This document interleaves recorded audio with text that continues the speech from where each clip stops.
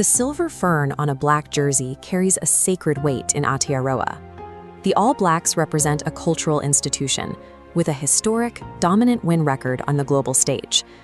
But passion and local broadcast rights cannot pay the bills in modern global sports. Running a top-tier international rugby program requires immense capital to compete with wealthy, heavily funded overseas leagues. That reality hit hard when the petrochemical giant Ineos abruptly terminated its sponsorship.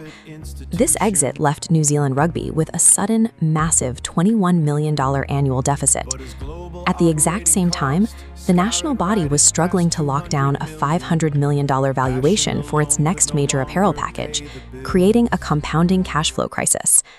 Relying on a mix of local union funding and ticket sales couldn't close a gap this size. To reach institutional capital and long-term planning required for stability, New Zealand Rugby had to dismantle its non-profit structure and rebuild as a corporate entity. The solution was the creation of NZR CommercialCo.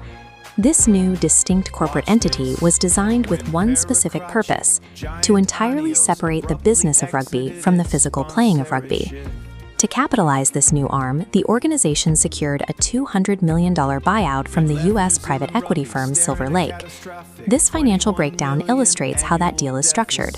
A $200 million cash injection maps proportionately against a total estimated valuation of $3.5 billion for NZR CommercialCo, transferring between 5.7% and 8.5% of the entity's equity to foreign investors, diluting absolute local ownership.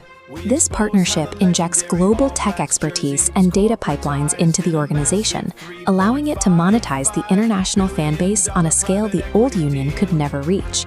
With a single signature, New Zealand Rugby shed its status as a traditional non-profit union and became a private equity-backed corporate franchise. With the new commercial board in place, the immediate priority was repackaging the physical uniforms to plug the financial void left by Ineos.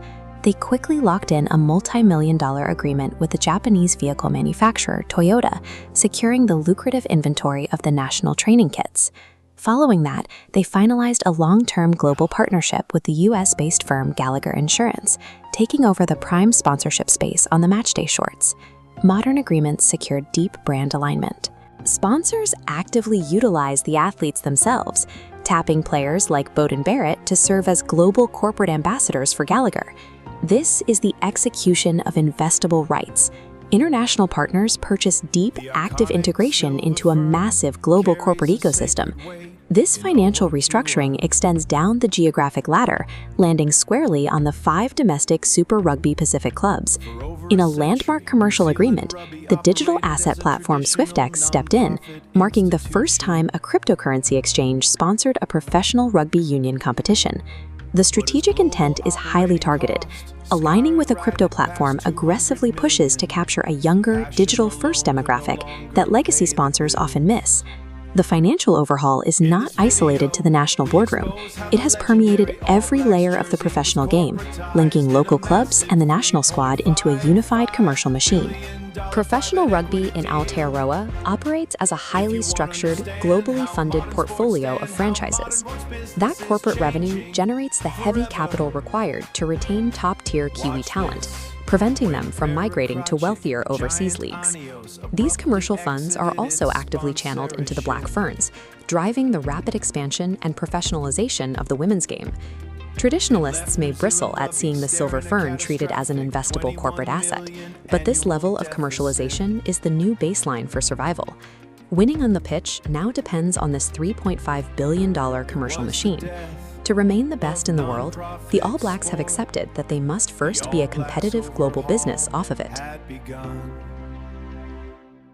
In this video, we expose how the legendary All Blacks jersey was corporatized in a massive $3.55 billion private equity